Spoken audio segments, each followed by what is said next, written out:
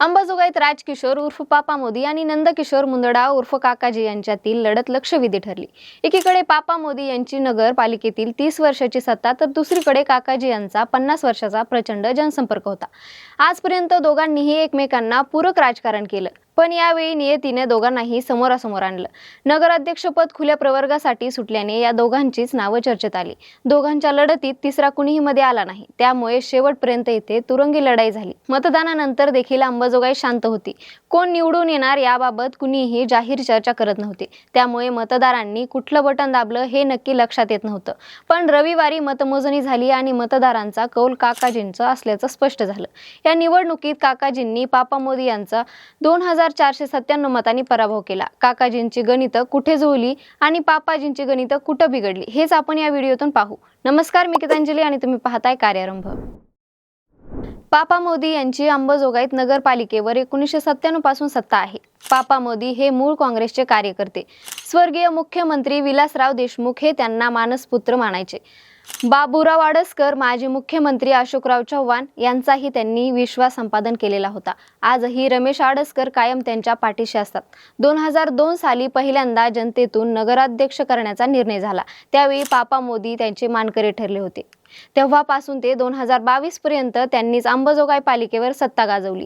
या काळात शासकीय मालकीच्या भूखंडाचे प्रश्न समोर आले। विविध विकास निधीमध्ये झालेल्या भ्रष्टाचाराची प्रकरणं समोर आली। त्यांनी आपल्या अधिकाराचा केलेला गैरवापर सर्वाधिक चर्चेचा विषय ठरला। त्यांच्या अंबाजोगाई पीपल्स बँकेच्या माध्यमातून केलेलं कर्ज वाटप आणि निवडणूक तोंडावर येताच नोटीस देत केली जाणारी वसुली यामुळे सामान्य नागरिकांमध्ये त्यांच्याविषयी मतभेद निर्माण झाले। दरवेळी हाच फॉर्म्युला राहिल्याने लोकांना आता ही सवय झाली होती।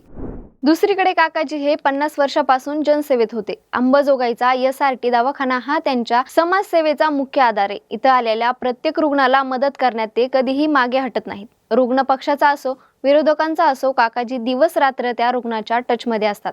काकाजींच्या घरात 2014च्या अपवाद वगळता 1990 पासून आमदारकी आहे। 15 वर्ष मंत्रिपद होतं। आता त्यांच्या नमिता मुंदडा ह्या आमदार आहेत। नमिता मुंदडा यांनी त्यांच्या आमदारकीच्या काळात प्रचंड विकासाची कामे केली। सगळी कामे दर्जेदार झालेली होती। रस्ते, नाली, वीज या सगळ्या कामामध्ये काकाजींनी स्वतः लक्ष दिलं, त्यामुळे एकीकडे पापा मोदी यांच्या काळात झालेली कामे आणि दुसरीकडे नमिता मुंदडा यांच्या काळात झालेली कामे लोकांच्या नजरेसमोर होती। लोकांना या विकास कामासाठी दोघांपैकी एकाला मत द्यायचं होतं, पण त्यातही काकाजींची जमेची बाजू अशी होती की त्यांनी आजपर्यंत कधी स्वतःसाठी मत मागितली नव्हती, पण यावेळी ते स्वतःला मत मागत होते। मतदारांनी देखील इतके दिवस पापाजींना दिलं, यावेळी काकाजींना देऊ असे म्हणून एक वेगळा प्रयोग करून पाहिला।